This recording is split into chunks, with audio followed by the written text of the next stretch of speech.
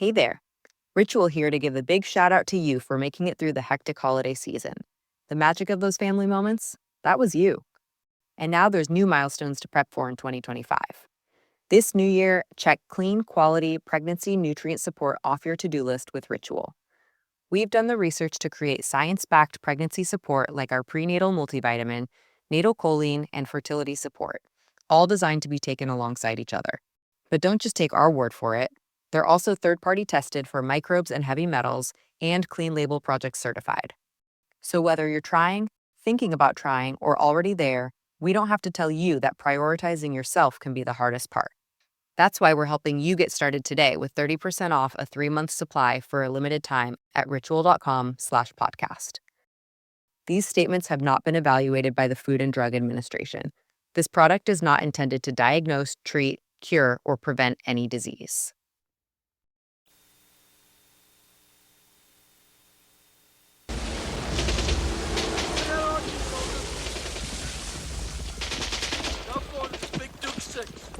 God damn it! I'm on the tree line bomb! Big Duke 6, Roger, 013, stand by. Moment in the Stone Age, son! Hey, son! Now, man, no!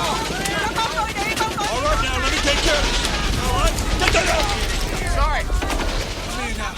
All right. No, man, sorry. Jimmy! Mark 12, 013, Roger, they need some napalm down in the tree line. Can you get twisted around time to put it down here? Right, 13, you were fixing fuck with him. What's the target? I'm gonna press some mortar fire off the tree line down there. Roger, here we go. Good. Give it all you got and bring in all your ships. Wing abreast. Let him back to me like chopper. Get him back to the hospital. No. You gotta go with him. Come on, go. Get it out of here and tell my guys I'm on my board. Big Duke 6, this is 013. The jet's being by now. There, you got about 30 seconds to on station. Get your people back and head down. This is gonna be a big one. Don't worry. We'll have this place cleaned up and ready to Jimmy, son. Don't you worry. Give me those shorts. Mission from the air cab. Present for me and the boys. I want to see you do your stuff with them. Out there. Hey?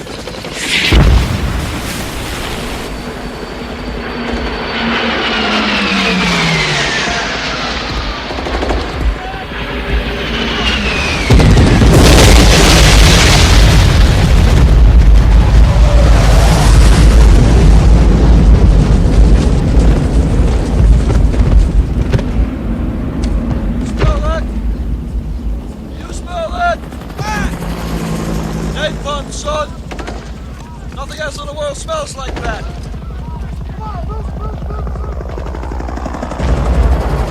I love the smell of napalm in the morning. You know, one time we had a hail bomb for 12 hours. When it was all over, I walked up.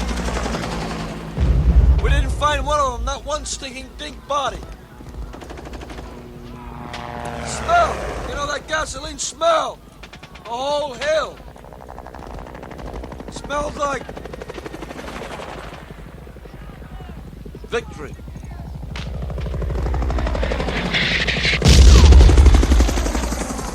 Someday this war's gonna end.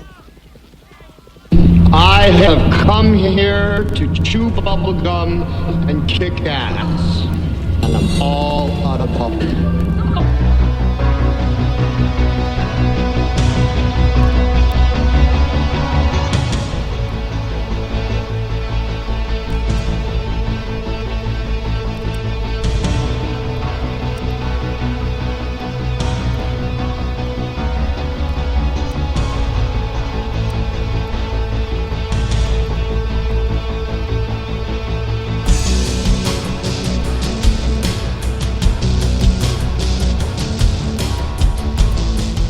Ladies and gentlemen, boys and girls, children of all ages, welcome all to the bloviating Zeppelin's Berserk Bobcat Saloon. Belly up to the bar. We've kept your seat, and it's great to see you back. Well, let's see. I think Dink is going to be the bartender tonight. He pours with the best of them, and as you can see, the lava lamp is lighted. You know what? We don't water our drinks, just like we don't water our conversation. Politics, religion, crime, culture, economics, race, sex, science, law. We talk about it all here at the Saloon. Nothing is sacred. The speech is free, but the booze is not. All we ask is you flush the toilet, jiggle the handle, and don't forget to tip your waitress. Tonight on the Saloon, people have asked me and they've said, BZ, because that's my name. They've said, BZ, when is it that you're going to open up the darn phone lines and let people call in? Then there were the contingent of persons who said, you know what? If you open up the phone lines, no one's going to call in. So, I'm waiting for no one to call in. Tell you what, after we get through the first half hour, that's exactly what we're going to do. At the bottom of the hour, wherever you are in the United Snakes of California, United Snakes, wherever you are, after the bottom of the hour break, I'll give you the number, and you can call in. You're invited. Now, whether you will or not, whether you find yourself with the gumption to do that, well, that's something entirely different. In any event, this was another one of those darn weeks that had absolutely no news to it whatsoever. Nothing at all. So tonight, I think we'll talk about birds, maybe automobiles. Perhaps, no, we're not going to do that. No. We're going to talk about Jeff Sessions. We're going to talk about Jim Comey. All right, this is from last week, I know, but I had so much that I wanted to say about this and so many things that I wanted to point out about it that I was going to go ahead and do it anyway. So I know maybe you're thinking, BZ, Jim Comey, that's so last week. This week is Jeffy. Well, fear not. We're going to talk about Jeffy as well. All sorts of things to say, all sorts of things to think. One thing, in reflection, and Ken's been doing some reflection, and I thought it was only fair. And number one, Ken, thank you again ever so kindly for your warm welcomes into the Saloon. I greatly appreciate each and every welcome that you give me on Tuesdays and Thursdays. That's a wonderful thing. I think it's grand, and it's really, really appreciated. Just a programming note from me to you, because I don't quite know where it's going to go. Just as Ken is, he's moving on. It's a challenge for him. He's going to be taking some very important steps for TECN. And folks, if I were you, if you are so inclined, and I bet you are, when Ken opens it up, gives the link, etc., and opens up TECN for subscription, my thought to you is, you know what? I think you'd best subscribe. And make sure that you support Ken McClinton, because he is after all. It's 2025, a new year, and the perfect time to turn your business dreams into reality. Maybe you've been tossing around a great idea, but haven't acted yet. Well, Shopify is how you're going to make it happen. Shopify makes it simple to create your brand, open for business, and make your first sale. With thousands of customizable templates, you don't need coding or design skills. Just drag, drop, and go. Plus, Shopify's social media tools help you connect all your channels and create shoppable posts so you can sell everywhere your customers scroll. Managing your business is easy too. From shipping to taxes to payments, Shopify handles the details on a single dashboard, letting you focus on what really matters: growing your business. Established in 2025 has a nice ring to it. If you're a maintenance supervisor for a commercial property, you've had to deal with everything from leaky faucets to flickering light bulbs. But nothing's worse than that ancient boiler that's lived in the building since the day it was built, 50 years ago. It's enough to make anyone lose their cool. That's where Grainger comes in. With industrial-grade products and dependable fast delivery, Grainger can help with any challenge, from worn-out components to everyday necessities. Call, click Grainger.com, or just stop by. Grainger, for the ones who get it done. The exceptional conservative. Oop, I've almost forgotten my manners. Where am I? Darn me. Look, in chat, and you too, If you're listening in podcast and it's Wednesday or Thursday and this show's already occurred and I've given you the links and you've gone to bloviatingzeppelin.net, which is my website, bloviatingzeppelin.net. You can find me at bzepp on Twitter and at bzepp on gab.ai. And I know I haven't managed crap out of this yet, but oddly enough, I know. Everyone sit down. Please sit down. I'm actually on Facebook. And I think it's facebook.bloviatingzeppelin. I'm pretty sure that's what it is because I am, after all, the technological Luddite. But in any event, in chat, we've already got a good number of people. And you too, if you're listening in podcast, I would highly recommend that you go live on the show and listen to chat because right now already we have Jersey Joe, the Reaver of Common Sense. He's in chat. We have Bigfoot as opposed to Smallfoot. By the way, Bigfoot can crush Smallfoot like a bad, bad tank. Just saying, from me to you. We also have Mary Brockman. Mary Brockman, thanks to Mary Brockman, she, of course, has her very own embroidered chair here in the saloon. And everyone knows, whoever the bartender is, it doesn't make any difference. Everyone knows you don't sit in Mary Brockman's chair. And it's always discernible because it's the one with the embroidery on the back that says Mary Brockman. And also, thanks to Dave Milner, the unpleasant blind guy.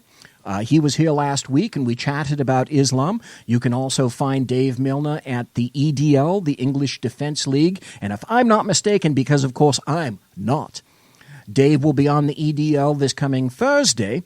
And Dave is the unpleasant blind guy. There's Mike. And so thank you. And two viewers who have not been unmasked, because everyone already knows it's the policy of the Saloon not to unmask anyone. That's the government's job. Excuse me, that's the Obama administration's job, not mine. You will not be unmasked unless you wish to do so. In any event, huzzahs and kindness to Ken McClinton, who's been a very good supporter of me throughout the time.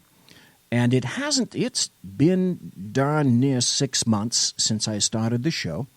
And Ken's, I'm sure, doing a little bit of reflection, and I'm doing a little bit of reflection as well.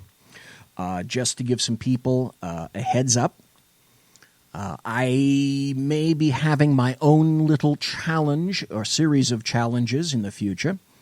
I'll let you know if that does, in fact, affect the show, but I'm just giving you a little bit of a heads up. That there are some things in the offing, kind of depending on which way the prairie winds blow of life, that I may be affected for a while. Just quite don't know yet. But in any event, if the saloon happens to shutter for a while, let me not forget to mention, you must go to TECN, to the Exceptional Conservative Network. Continue, please, listening to the SHR Media, and also HPP High Plains Pundit and HPP High Plains Pundit Radio, because these are the places where you're going to find yourself enlightened and lifted. So, in any event, because we know that we're going to be talking about Jeff Sessions, let's see. It seems to me that, I think it was last week, Judge Napolitano, prior to the inquiry that occurred today at the Senate, in the Senate committee, Judge Napolitano actually said this. Testimony. I do not, as much as I want to hear him, and as much as I know the public wants to hear him, if he had asked my advice, I would say it is not wise for you to do this. Why? You are going to be attacked personally, and you're going to have to defend yourself. Now, he's talking about recommending, or in this case, not recommending Jeff Sessions going into the big Senate room and testifying. You are the head of the Justice Department, and you're going to have to defend it. That includes Bob Mueller. You are close to the president, and the president expects you to give his version of events which contradict Jim Comey's version. What do you do when those three constituencies, you yourself, the Justice Department, and President Trump, have conflicting interests? Which side do you take? What answer do you give? The Democrats are going to start right off the bat. Oh, yeah. You committed perjury. You lied to the Judiciary Committee. And then when you corrected that statement, you committed perjury again. I'm mouthing what I expect them to say, so I don't believe this myself. Clearly, one of the first questions is going to be, why did you not report that you had met with Kislyak 3 times? Correct. The meetings with Kislyak. But what if his answer is good? What if his answer is, look, here's the content of our meeting. I'll tell you exactly what was said. This third meeting, his people are now saying that, But see, what we're finding out is they weren't meetings per se, because Jeff Sessions had some important things to say in his opening statement. We'll be getting to that. They were on a line, a receiving line, and that it was not a meeting at all. The meetings with Kislyak, in my view, are either standard operating procedure or utterly harmless. Bingo. Thank you. That's why I listen to Judge Napolitano, and that's why I play him here for you in the Saloon. Leave it off then. Why didn't he report? Correct. And that's the problem. The problem is lying to Congress, or, this is the more difficult one, misleading Congress. One can be technically truthful and therefore not be charged with perjury, but misleading and therefore charged with misleading. Now, he's a lawyer. He's a smart lawyer. He's the chief prosecutor of the land. He knows this, but he's got to be mindful of it. Those are some interesting points, of course. Judge Napolitano, I give a lot of weight to what he says.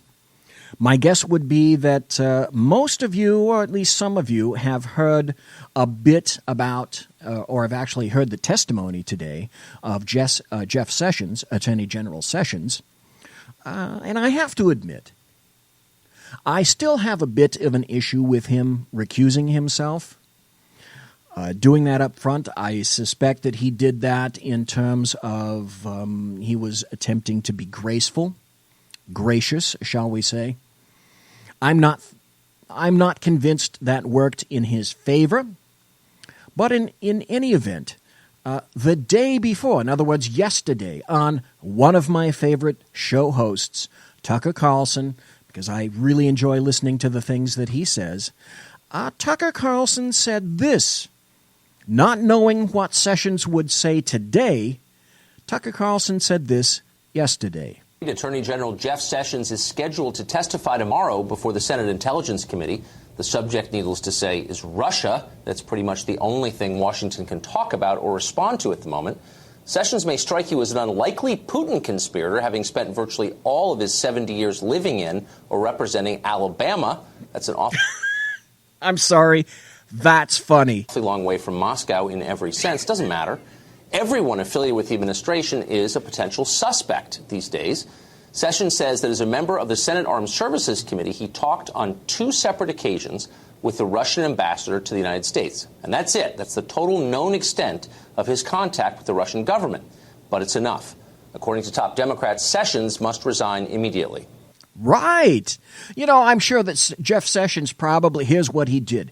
Jeff Sessions was handed a folded piece of paper by the Russian ambassador, and Jeff Sessions unfolded it and looked at it, and it said, Jeff, point me to the bathroom.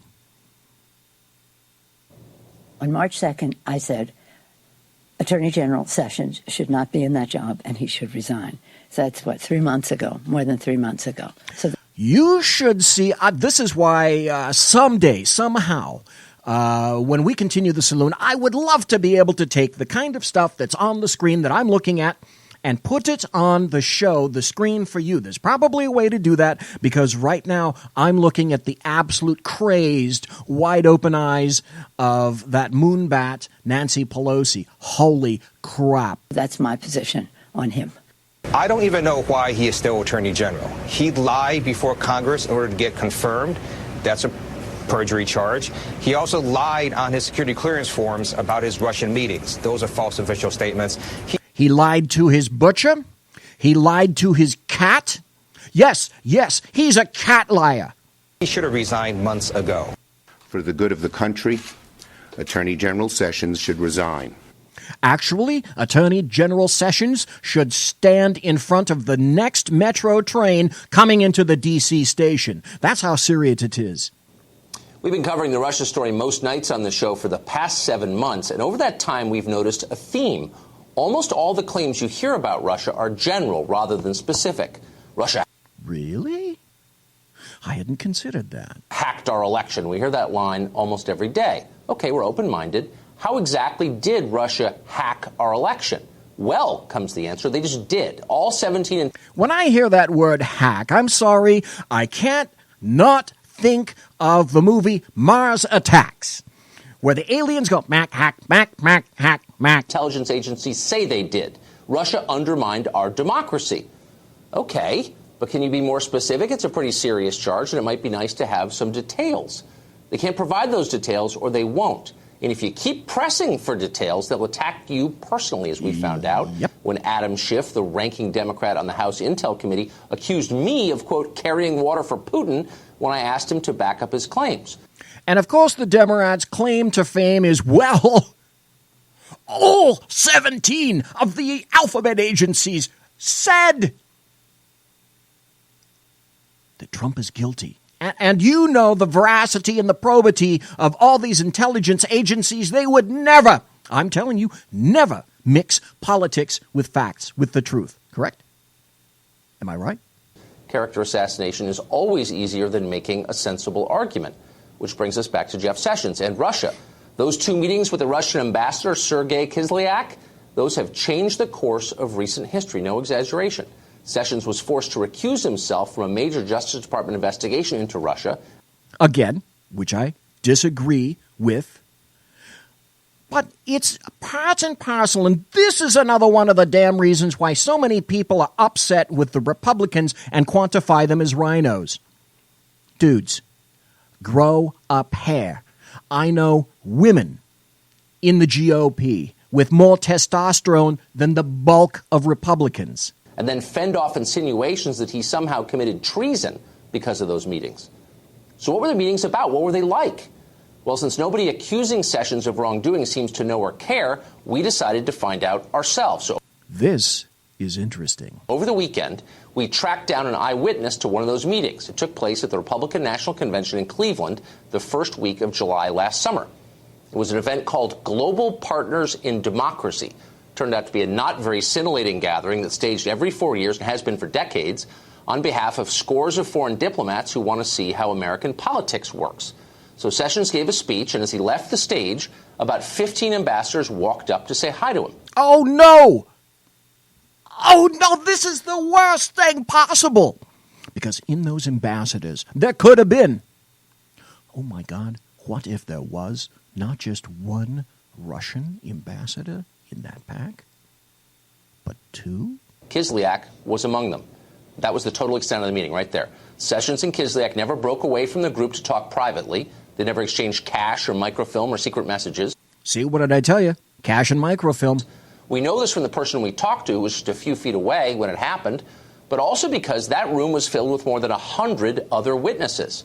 Well, what they did is they put the cloak of invisibility over them. They conducted their business, and no one knew about it, and now you know why. That includes agents from American diplomatic security in Washington and a number of Obama political appointees from the State Department. They're all standing around as this secret meeting took place. It was a total nothing burger, quote, says the person who saw it, who, by the way, has never worked for Sessions, doesn't even really know him. Quote, I was shocked by how it has been distorted. Well, if you're shocked, you haven't been paying attention. This kind of thing is happening all over Washington right now. Guilt by association, attack by innuendo, classic witch hunt stuff. You ought to be worried about it, too, because if Jeff Sessions can be denounced as a Russian spy, anyone can be. That's the point. If Jeff Sessions, and you know what, an oppressive individual, you can look by his demeanor. You can see how incredibly oppressive Jeff Sessions is. He's 6 foot. You didn't know this. Jeff Sessions is 6'11", weighs 330 pounds. And if you think James Comey loomed over individuals, if you think Lyndon Baines Johnson loomed over individuals and backed people into a corner so that they felt uncomfortable and rivulets of sweat were dripping down their faces, you don't know Jeff Sessions, because that's the way he works. Everyone knows that. He's oppressive, mean, and evil. Just look at him. Well, Jeff Sessions, he had an opening speech today.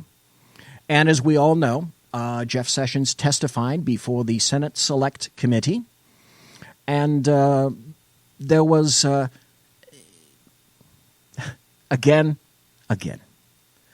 Just as I quantified last week, because I'm going to go into it, just as I quantified last week's hearing with James Comey, it started out as a bit of kabuki theater, and then once again, it turned into theater of the absurd. But just when you thought that Jeff Sessions was going to be just a bit of a shrinking violet, it turns out that he wasn't quite so shrinking. It's the Democrats. It's their obsession with Russian collusion. Well, perhaps there is a collision in collusion. And the conspiracy. So after thanking the Senate Select Committee for a chance to talk and state his case, what happened is that Jeff Sessions essentially ripped into the people that he was addressing. And let's see if we can play this. I did not have any private meetings, nor do I recall any conversations with any Russian officials at the Mayflower Hotel. I did not attend any meetings at that event separate. Now listen to Jeff Sessions, and this is why he's so hated. Jeff Sessions, you can tell by the timbre of his voice, is at 6'11", the very individual who would loom over you, be oppressive and mean, and just by looking at you, laser beams would and have issued forth from his eyes, killing people. Today, he decided not to do that. By just by listening to the timbre of his voice, you can tell how oppressive Attorney General Sessions truly is. Prior to the speech I attended by the president today, I attended a reception with my staff that included at least 24 people and President Trump, though I do recall several conversations that I had during that pre-speech reception. I do not have any recollection of meeting or talking to the Russian ambassador or any other Russian officials. In other words, going along with what was said, he didn't leave. He didn't go into a secret room. My guess is he didn't even go into the bathroom when Kislyak handed him the slip of paper and said, "Was the urinal?" And if he did, then did we hear any of the Democrats say, "We have evidence, sir, of you colluding with Russians in that particular location, in that hotel," and the evidence was clearly provided in that open hearing? If any brief interaction occurred in passing with the Russian ambassador during that reception, I do not remember it. After the speech, I was interviewed by the news media. There was an area for that in a different room, and then I left the hotel. But whether I ever attended a reception where the Russian ambassador was also present is entirely beside the point of this investigation into Russian interference in the 2016 campaign. Bingo. Thank you. That's it. The investigation here was whether or not Russia had any influence in the American election, and how many fucking times do the alphabet agencies, Jim Comey, etc., have to say, 3 times, apparently, that the American election was not affected by Russia. That's not enough. That will apparently never be enough. So he said, "Let me state this clearly. I've never met with or had any conversations with any Russians or any foreign officials concerning any type of interference with any campaign or election.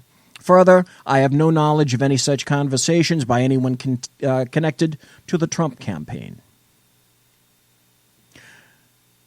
Then things got a bit testy, and there was an interesting exchange between Attorney General Jeff Sessions and Senator Ron Wyden, which I should care to document here. This is a Republican, shock of shocks, who appears to actually be standing up for himself. How unusual is that? Senator Wyden, I am not stonewalling. I am following the historic policies of the Department of Justice. You don't walk into any hearing or committee meeting and reveal confidential communications with the President of the United States, who's entitled to receive confidential communications in your best judgment about a host of issues. So, as you well know, they wanted to know every conversation that Attorney General Sessions had with President Trump. Number one, can you remember what you said to a specific individual in detail 1 week ago? For fuck's sake, I can't tell you what I had for dinner last night. Have to be accused of stonewalling for not answering them. So I would push back on that. Secondly, Mr. Comey, perhaps he didn't know, but I basically recused myself the first he knew.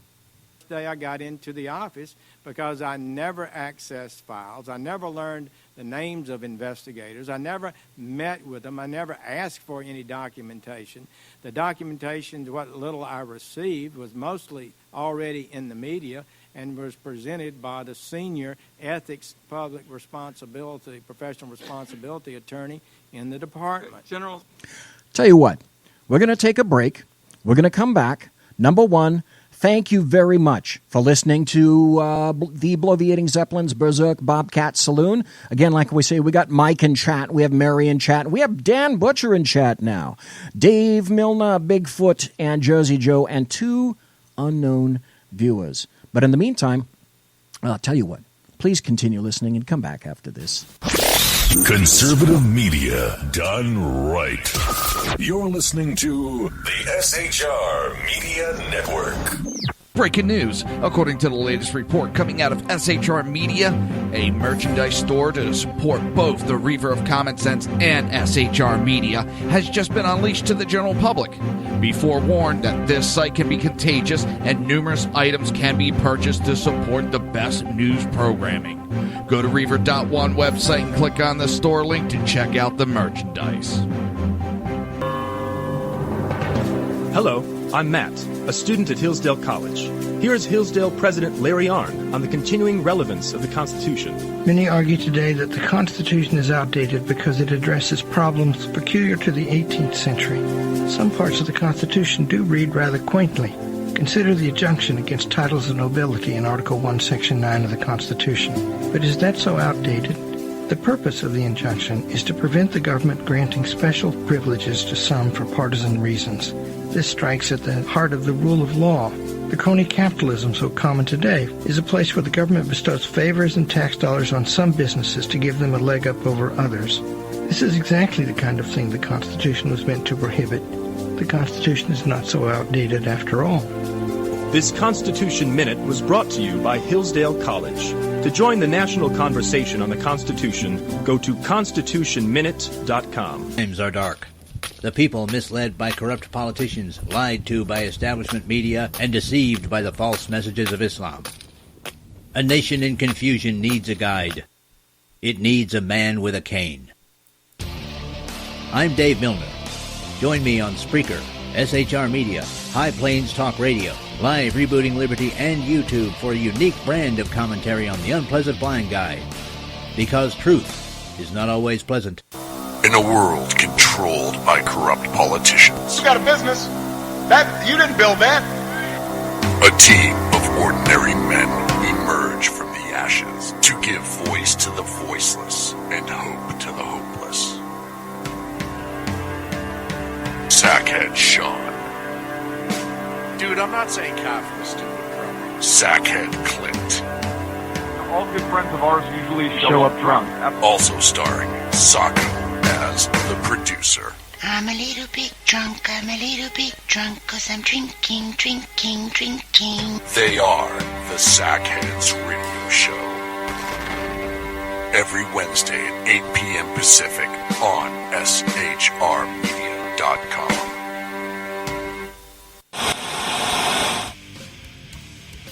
Beware, the Jersey Takeover is here. Every Monday through Friday, 11 a.m. to 1 p.m. Eastern Standard Time.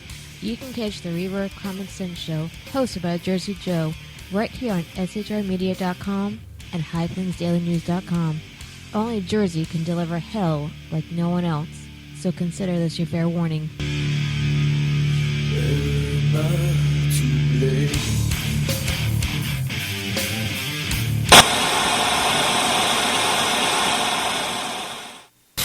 Conservative media done right.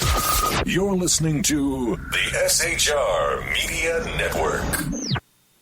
In a world where insanity reigns supreme and safety pin manufacturers are running out of metal for the diapers of the leftists, it's comforting to know an ancient, fat, long-haired, bearded reprobate has your mind in mind. Ladies and gentlemen, boys and girls, children of all ages, broadcasting behind enemy lines in occupied California. And despite every attempt by the SHR Media Network to revoke his shameless contract, we return to the bloviating Zeppelin's Berserk Bobcat Saloon. All right, welcome back. It is, in fact, the bloviating Zeppelin's Berserk Bobcat Saloon. It is Tuesday because the saloon opens just a few days at this point per week on Tuesdays and Thursdays. Today is the June 13th, the year of our Lord 2017. Thank you for listening. Thank you for listening live. Thank you for listening in podcast. Thank you for being involved in chat. And you, too, can be involved in chat if you want to. If you're listening, come into the chat room and listen to us live. It doesn't cost a thing to get in there. And you'll meet lots of wonderful people, including one particular individual named Dan Butcher. And I have to tell you this. I'm going to announce it now because I may as well do it. Dan has been kind enough to come on the Saloon. So Dan will be speaking for the first half hour of every show on Thursday. So welcome to Dan Butcher, the High Plains pundit. He's going to be coming on the show every Thursday, so please tune in. He's going to be at the beginning of the show, and we'll chat with him for 15 minutes, 30 minutes, whatever he feels like, because that's how we roll here at the Saloon. So please listen to Dan anyway. High Plains Pundit Radio, High Plains Pundit. That's Dan Butcher. Google him. You'll find him. So I had to tell you now, he's going to be a recurring character here in the Saloon. And all right, I might have to get a chair embroidered for Dan. All right. In the meantime, let's continue listening to Jeff Sessions as he's having a bit of a tete-a-tete in the Senate chamber this morning with Senator Ron Wyden. And I made an honest and proper decision to recuse myself, as I told Senator Feinstein and the members of the committee I would do when they confirmed me. General Sessions, respectfully, you're not answering the question. Well, what is the question? The question is, Mr. Comey said that there were matters with respect to the recusal that were problematic, and he couldn't talk about them. What are they? Wait a minute. Stop the presses. What the hell? Now, Wyden must be a gibbering baboon, because what makes you think that if Comey couldn't talk about them, that magically the AG, Jeff Sessions, will be able to do so? How do you get that deduction? I don't quite grok that concept. Why don't you tell me? Uh-oh! Is this a GOP or Republican who is suddenly to the point where perhaps he clanks when he walks? Oh, this can't be. There are none, Senator Wyden. There are none. I can tell you that for absolute certainty. This is a secret innuendo being leaked out there about me. That's it. Thank you. This is assassination, character and otherwise, by innuendo, because just like Joseph Goebbels said in World War II, Hitler's propaganda minister, if you mention it a sufficient amount of times, a lie becomes a truth merely by the number of times that you say it. And the Democrats have been saying it for 7 months now, since November 9th of 2016. And I don't appreciate it, and I've tried to give my best and truthful answers to any committee I've appeared before, and it's really people are suggesting through innuendo that I have been not honest about matters, and I've tried to be honest. Okay, good for him. Kudos, props to Jeff Sessions. I wish a lot of other people would have said something similar to that in various hearings, But no, the weight is on the side of the leftists and the Democrats. Jeff Sessions, however, found himself semi-resurrected with logic and common sense. Senator Tom Cotton, who I greatly admire, stepped up to the plate. And this was the interchange. Well, I am on this side of the dais, so I can say a very simple question that should be asked. I am on this side of the dais, so a very simple question that should be asked is, did Donald Trump or any of his associates... Spelling error, spelling challenge. How do you spell dais? ...in the campaign collude with Russia and hack... If you're Democrat, it's, let's see, it's DIE-US.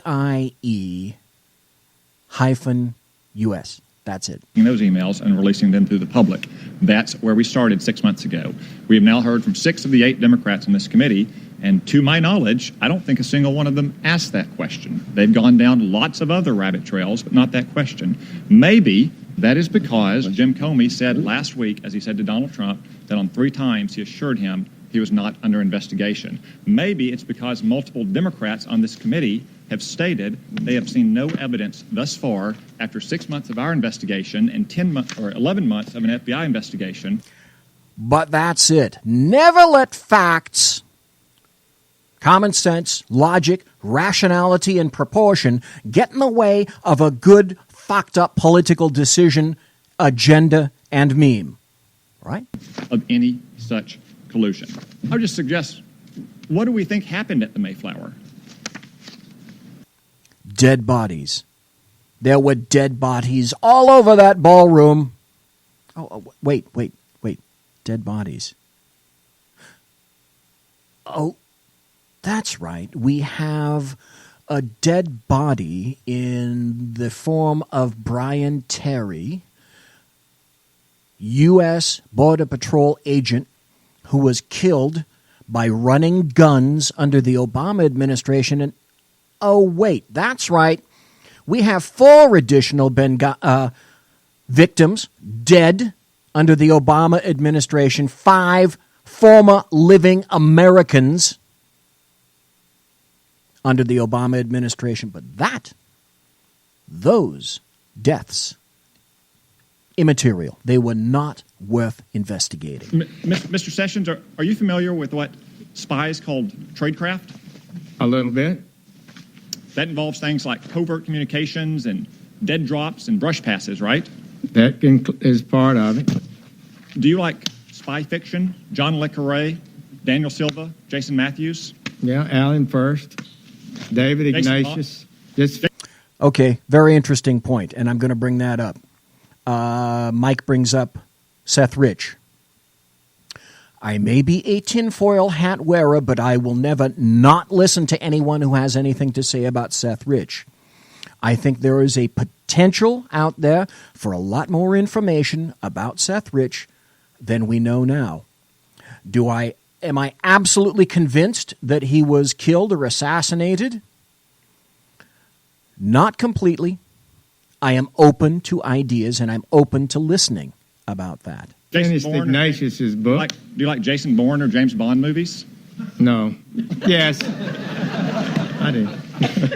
Have you ever, in any of these fantastical situations, heard of a plot line so ridiculous that a sitting United States senator and an ambassador of a foreign government colluded at an open setting with hundreds of other people to pull off the greatest caper in the history of espionage?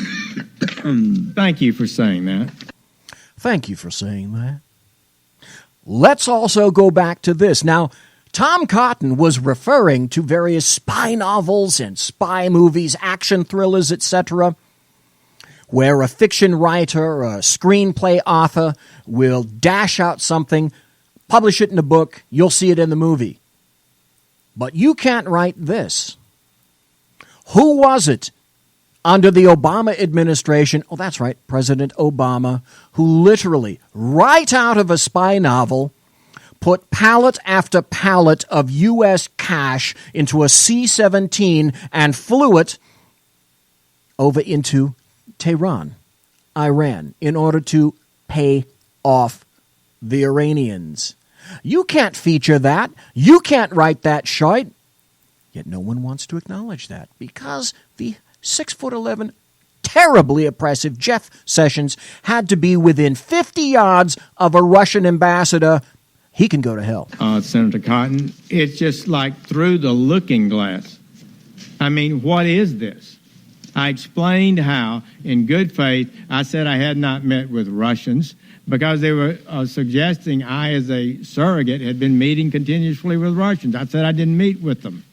And now the next thing you know, I'm accused of some reception, plotting some sort of influence campaign for the American election. It's just beyond my capability to understand, and I really appreciate, Mr. Chairman, the opportunity at least to be able to say publicly, I didn't participate in that and know nothing about it. Right, because Cotton he's not looking to take out, rip Jeff Sessions' beating heart out of his chest, clutching it, dripping blood, and jam it onto a spike for all leftists and Democrats to see.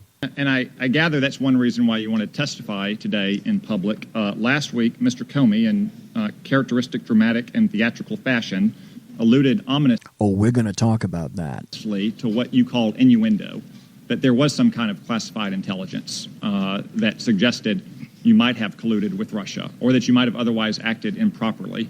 You've addressed those allegations here today. Do you understand why he made that allusion? Actually, I do not. Nobody's provided me any information. Thank you. My time is that. limited. I have a lot of questions. Mr. Blunt asked you if you had spoken in response to Mr. Comey's statement to you after his private meeting with the president on February 14th or February 15th. You said that you did respond to Mr. Comey. Mr. Comey's testimony said that you did not. Do you know why Mr. Comey would have said that you did not respond to him on that conversation with you on February 14th or 15th? I do not. Again, I go back. Logic, common sense, rationality, proportion. Can you tell me where you were on February 14th, unless it's your damn anniversary, like mine, for example, because BZ isn't a gibbering baboon himself. He chose Valentine's Day as his anniversary because that's actually a day he can remember. Other than that, you can tell me, I'm sure, where you were on February 14th, and more specifically, more pointedly, I'm sure you can tell me the gist of most every conversation that you had with any individual that you happen to encounter during your waking hours, can't you? It was a little conversation, not very long, but there was a conversation, and I did respond to him, perhaps not to everything he asked, but I did respond to him, I think in an appropriate way. Do you know why Mr. Comey mistrusted President Trump from their first meeting on January 6th?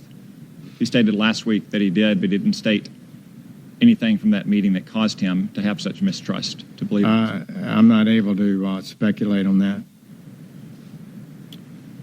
Let's turn to the potential crimes that we know have happened. Leaks of certain information. Here's a short list of what I have.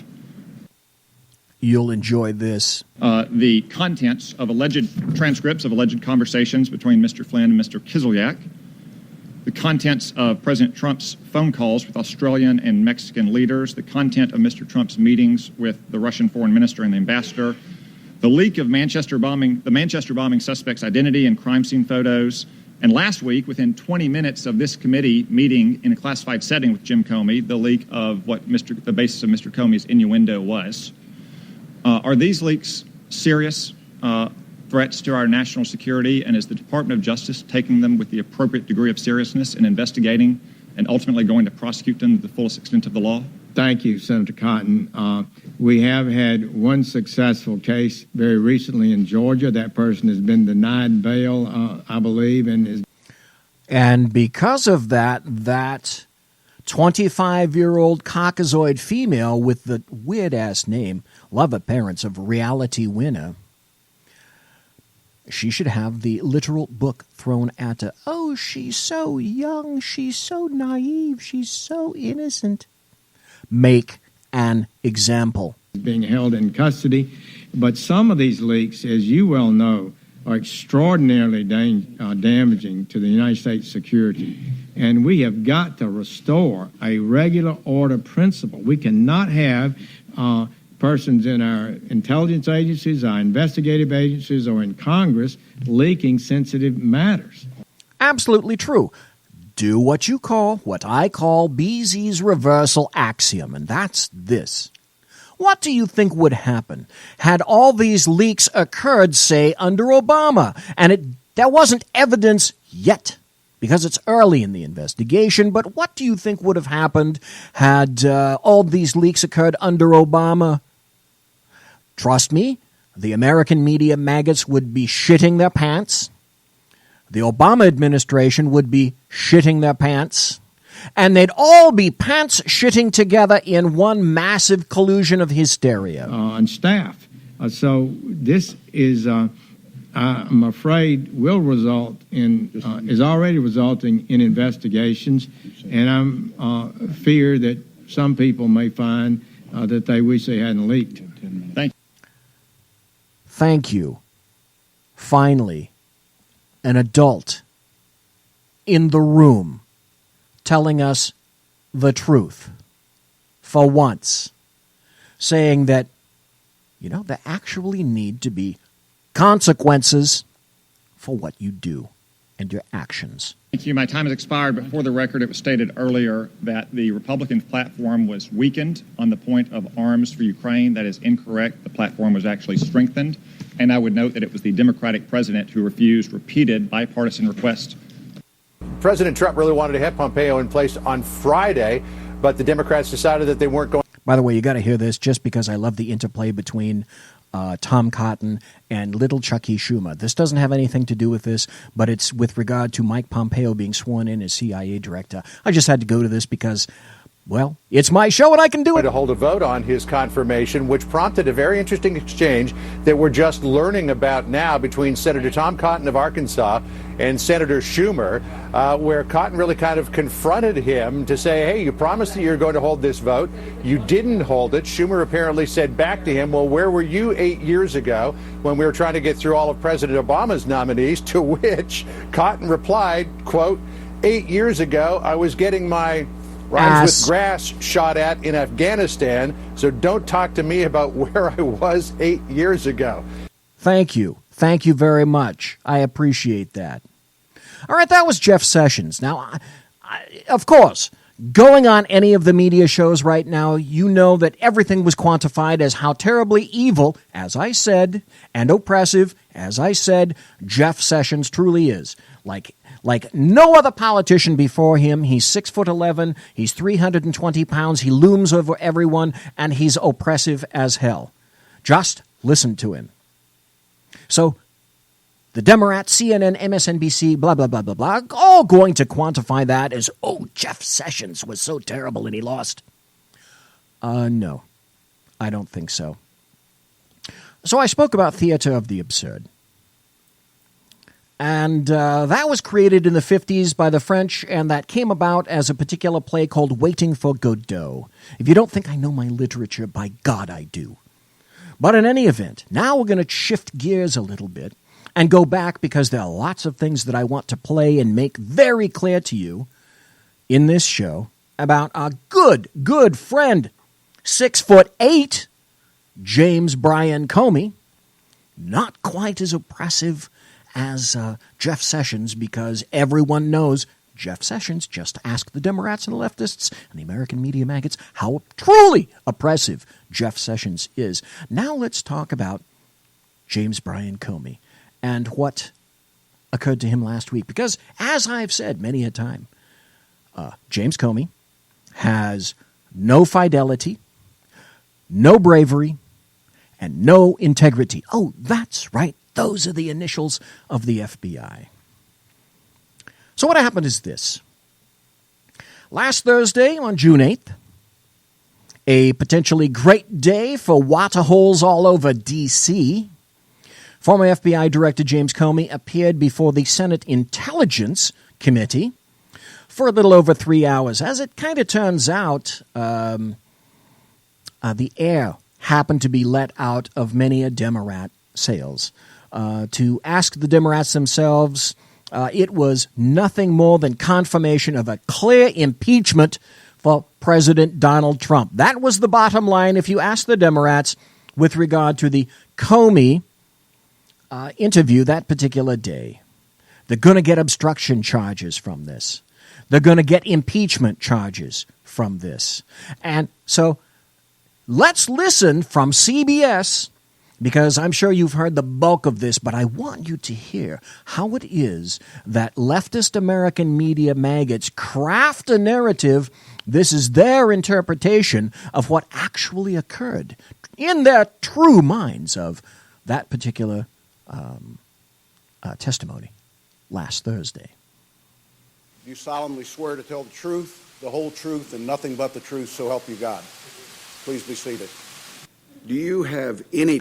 CBS, by the way, calls this 3 hours of testimony in 7 minutes. ...doubt that Russia attempted to interfere in the 2016 elections? None. There should be no fuzz on this whatsoever. The Russians interfered in our election during the 2016 cycle. They did it with purpose. They did it with sophistication. They did it with overwhelming technical efforts. And it was an active measures campaign driven from the top of that government. There is no fuzz on that. It's not about Republicans or Democrats. They're coming after America, which I hope we all love equally. Now stop. I have to say, yes. The Russians have been doing this shit for years. The Russians will continue to do this shit for years. I'm going to have a point that I'm going to make about that in terms of interference of an election in just a bit. But the bottom line is, and we'll go into that, what were the results, what actually happened because of it. They want to undermine our credibility in the face of the world. They think that this great experiment of ours is a threat to them, and so they're going to try to run it down and dirty it up as much as possible. Correct. Absolutely correct. I got to go with you there, Jim. That's what this is about, and they will be back because we remain, as difficult as we can be with each other, we remain that shining city on the hill, and they don't like it. After that briefing.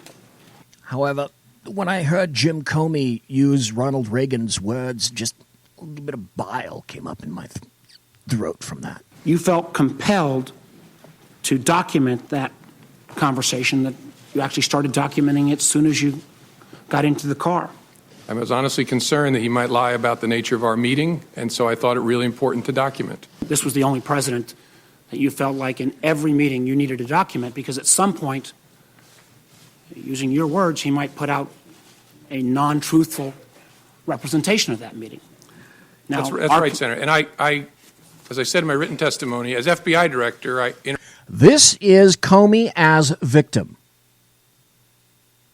That's what you would expect from any garden variety leftist or Democrat. You ain't shit as a leftist or a Democrat unless you're a victim. And of course, James Comey is a victim here. He's a victim. You must pat him on the head and pat him on the poo-poos and send him on his way. He needs to be understood. He's the victim here. Not you, not anyone else. James Comey is the victim. Interacted with President Obama, and I spoke only twice in 3 years and didn't document it. When I was Deputy Attorney General, I had one-on-one meeting with President Bush about a very important and difficult national security matter. I didn't write a memo documenting that conversation either. Sent a quick email to my staff to let them know there was something going on. But I didn't feel with President Bush the need to document it in that way. Really? Why is that? Oh, wait, that's because you decided on your own, Mr. Comey. I shan't put the words director and Jim Comey together again because that doesn't happen. All of this began in June of last year when you decided in your own infinite wisdom that you were going to politicize your FBI, the one I worked for. And you shame me. You make me embarrassed. You make those in the FBI building embarrassed. Well, my impression, and again, it's my impression, I could always be wrong, but my common sense told me that what was going on is either he had concluded or someone had told him that you've already asked Comey to stay and you didn't get anything for it, and that the dinner was an effort to build a relationship. In fact, he asked specifically of loyalty. You've seen the picture of me walking across the Blue Room, and Loyalty. What did Trump say? Hope. That's a loyalty test? Really? What the president whispered in my ear was, I really look forward to working with you. So after those encounters... And that was just a few days before you were fired. Yeah, that was on the Sunday after the inauguration. The next Friday I have dinner, and the president begins by wanting to talk about my job. And so I'm sitting there thinking, wait a minute, 3 times you've already asked me to stay or talked about me staying. My common sense, again, I could be wrong, but my common sense told me what's going on here is he's looking to get something in exchange for granting my request to stay in the job. How unusual. And under whose authority and deigning do you serve? You serve, sir, at the pleasure of the President of the United States. You have a 10-year term to be severed whenever the president, whomever that might be, and it's happened before, under Bill Clinton, you serve at the pleasure of the president. Now, we're going to come back to this. We've concluded the first hour here at the Saloon. Please hang 10 with me and return. Conservative media done right. You're listening to the SHR Media Network. Hey, it's Sean from the Sackheads Radio Show, also one of the owners here at the SHR Media Network. Are you opinionated? Have you ever wanted to do your own show? Have you ever heard somebody like the Sackheads and go, yeah, I could probably do that better? Well, now's your chance. Send me a 5-minute clip at sackheadsradio@gmail.com, and maybe you can be part of the SHR broadcasting team. sackheadsradio@gmail.com. Times are dark. The people are misled by corrupt politicians, lied to by establishment media, and deceived by the false messages of Islam. A nation looking for direction needs a guide. It needs a man with a cane. I'm Dave Milner. Join me on Spreaker, SHR Media, Pundit Press Radio, and YouTube through the SHR Media page for a different kind of commentary on the unpleasant blind guy. Because the truth is not always pleasant. In a world controlled by corrupt politicians, You got a business. You didn't build that. a team of ordinary men emerge from the ashes to give voice to the voiceless and hope to the hopeless. Sackhead Sean. Dude, I'm not saying coffee is stupid, bro. Sackhead Clint. All good friends of ours usually show up drunk. Also starring Sacco as the producer. I'm a little bit drunk, 'cause I'm drinking. They are the Sackheads Radio Show. Every Wednesday at 8 p.m. Pacific on shrmedia.com. The bloviating Zeppelin. He's big-footed enough radio shows to last a lifetime, courtesy of Sean, Clint, Ken, and Jersey Joe. Now it's time for him to waddle on his own 2 feet via the glorious SHR Media. Gird thy loins for the bloviating Zeppelin's Berserk Bobcat Saloon. Coming soon to ossicles near you. Excelsior. Conservative media done right. You're listening to the SHR Media Network.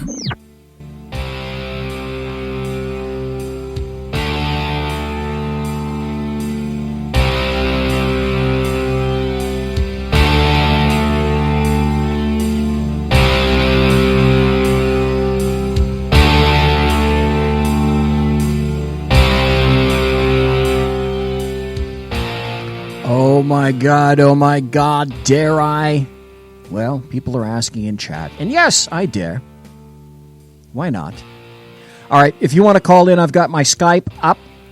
The only thing I ask at this point in terms of technology is if you have Skype and you're on video, I'm just asking that you take the video off and preferably call by a regular telephone, because for whatever reason, it's either me or the equipment. I blame the equipment.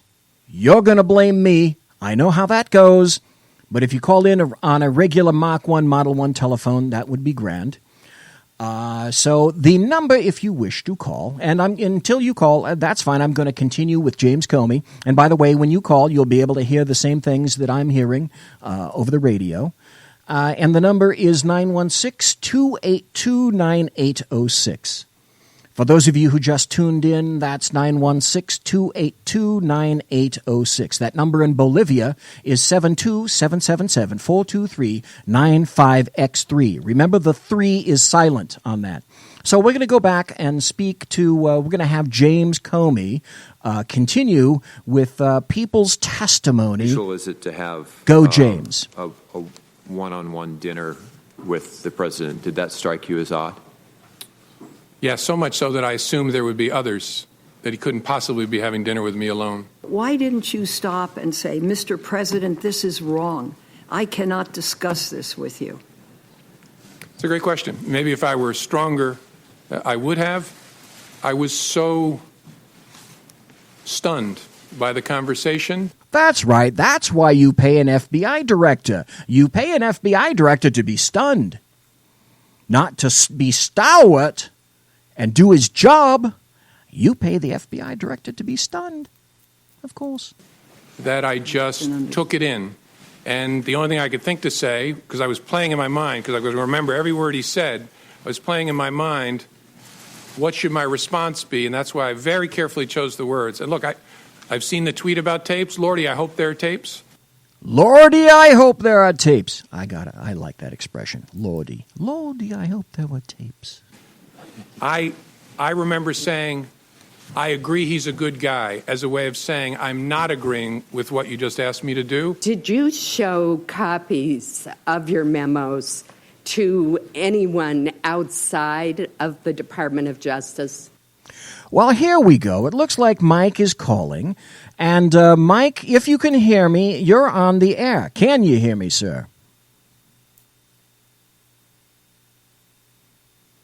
Mike? Earth to Mike? Are you there? Okay. Heavy sigh. See, it's all about me and technology. Let's make sure that I haven't turned this off. I haven't. That's on. Mike, are you there? Damn it, Jim! I hate this when this happens. All right, see, that's what I get for not having a producer. Okay, let's try it again. I am here, BZ. I'm here. Okay. Outstanding. What do you have to say, Mike? Go. Oh, this guy Comey, who is not very intimidating at 6'8", correct? I mean, like you said, Jeff Sessions, who's 7 foot 1 inch tall and 500 pounds. Right. Is more intimidating than that. But Comey, who's 6'8", Comey is a liar, of course, but also Comey is an obfuscator, and I guess you're going to get into this, but oh yes, I mean, look at who they're staffing this, who Mueller is staffing his team with. Yes, all kinds of. Yes, good friends, wonderful friends. Hey, Comey. Yeah, good friends. People are going to be very fair to the president and very fair to the president's people. I mean, this is going to be one of the most fairest investigations ever, isn't it? It certainly is. Now, I'm not going to have time to read it tonight. I'll probably do it next Thursday after Dan Butcher comes on the initial show. But I've got 2 great articles that I'm going to read to everybody next Thursday from Byron York. One of them is about this wonderful Robert Mueller and where he comes into the big scope of it all. And the other one is what Trump ought to be doing and what Trump needs to make in terms of plans for the future. But hey, you're right, Mike. There's no kindred spirits between the two because, after all, Comey was FBI director. Oh, and that's right, Robert Mueller was also an FBI director. They have nothing in common. Nothing. All right? Right. Mueller. Right. I mean, that's it. And one other thing, just a side note of entertainment side note, we lost a very big time guy over the weekend in Adam West. Yes, we did. He was 88 years old. And by the way, also 2 days ago was the passing of John Wayne. He was age 79 when he passed. His last movie was The Shootist with, of all people, Ron Howard, who is now a bald director. Isn't that weird? Isn't that weird? And look, out of everybody in that show, in that Batman 66 show, there's only 4 people left from that show. Well, 5 if you count the woman who played Legs. But there's the guy who played Robin, of course, and there's 2 cat women that are just left out of the main characters of that show. So Lee Merriweather and Julie Newmar, and of course, I'm blanking on his name, but the guy who played Robin. Burt Ward. Those guys. Burt Ward, yeah. His name was Those Burt guys Ward. are the only guys left. Yep, off that show. But as far as Comey goes, I like what Hannity calls him, J. Edgar Comey. He was called J. Edgar Comey for quite some time. Hey, thank you for the call, Mike. Appreciate it, sir. You take care. Yeah. Thank you kindly. All right, there we go. We had a particular call. And, folks, if you want to call in, here's the other thing, though. When Skype comes up, though, I've noticed that mic levels for me go way down, so I'm going to have to really jack up my mic levels. Because if another person calls in, oh my God, is that going to go over the top? Well, at least the phone works really well. Let's put it that way. And also, we were talking about James Comey. The James Comey testimony by CBS is going to continue now. Yes. The president tweeted on Friday, after I got fired, that I better hope there's not tapes. I woke up in the middle of the night on Monday night, because it didn't dawn on me originally, that there might be corroboration for our conversation. There might be a tape. And my judgment was I needed to get that out into the public square. And so I asked a friend of mine. Yes, you know what that was? Political arse covering for him. I have never in my time, and I've been around this planet for 7 decades now. I know I don't look quite that old. I look as though I'm like 25. I know. You can go ahead and say it. I have never had as craven an individual as an FBI director, nor seen one except in the visage of James Comey. To share the content of the memo with a reporter. Didn't do it myself for a variety of reasons, but I asked him to because I thought that might prompt the appointment of a special counsel. I'm not being facetious. I hope there are, and I'll consent to the release of. So both of you are in the same findings here. You both hope there's tapes and recordings. Well, have you noticed, by the way, what is conspicuously absent in this tete-a-tete assembled by CBS News? I'm sure you do. All I can do is hope. The president surely knows whether he taped me, and if he did, my feelings aren't hurt. Release the. Wait, hope is okay for Jim Comey. Hope is bad, evil for Donald Trump. Release all the tapes. I'm good with it. Gotcha. I don't think it's for me to say whether the conversation I had with the president was an effort to obstruct. I took it as a very disturbing thing, very concerning. But when you get when a president of the United States in the Oval Office says something like "I hope" or "I suggest" or "Would you," do you take that as a directive? Yes, it rings. You know how you take as a directive if you're in, say, a paramilitary or a military organization? You take the words, 2 words, will and shall. That's a directive. Hope. No fucking way. My ear is kind of, will no one rid me of this meddlesome priest? I was just going to quote that in 1170, December 29, Henry II said, "Who will rid me of this meddlesome priest?" And then the next day he was killed. Was your decision influenced by the Attorney General's tarmac meeting with the former President Bill Clinton? Yes, in a ultimately conclusive way. That was the thing that kept. Uh-oh. This is where sphincters started clenching all around D.C. when he started to go here. For me, that I had to do something separately. And then you made a comment earlier about the Attorney General, previous Attorney General, asking you about the investigation on the Clinton emails, saying that you've been asked not to call it an investigation anymore, but to call it a matter. More sphincter clenching. Oh, my God. Oh, did he really go there? And you had said that confused you. Can you give us additional details on that? Well, it concerned me because we were at the point where we had refused to confirm the existence, as we typically do, of an investigation for months. And it was getting to a place where that looked silly because the campaigns were talking about interacting with the FBI. Now, we're going to have more information on that. But there was an interesting interchange that occurred between Marco Rubio, of all people, Marco Rubio, and James Comey, in which a particular, to me, an incredibly important concept was nailed down and laid to rest. Senator Rubio. Thank you. Director Comey, the meeting in the Oval Office where he made the request about Mike Flynn, was that the only time he asked you to hopefully let it go? Yes. And okay, thank you. Yes, one time. Hope. He said hope to Jim Comey one time. In that meeting, as you understood it, he was asking not about the general Russian investigation. He was asking very specifically about the jeopardy that Flynn was in himself. That's how I understood it, yes, sir. And as you perceived it, while it was a request that you hoped you did away with it, you perceived it as an order, given his position, the setting, and the like, and some of the circumstances. Yes. At the time, did you say anything to the president about that is not an appropriate request, or did you tell the White House counsel that is not an appropriate request? Someone needs to go tell the president that he can't do these things? I didn't, no. Now, Mary Brockman makes a very interesting point in chat. She says that she believes that James Comey is a bit of a liar, not telling the truth, and she can hear it in his voice.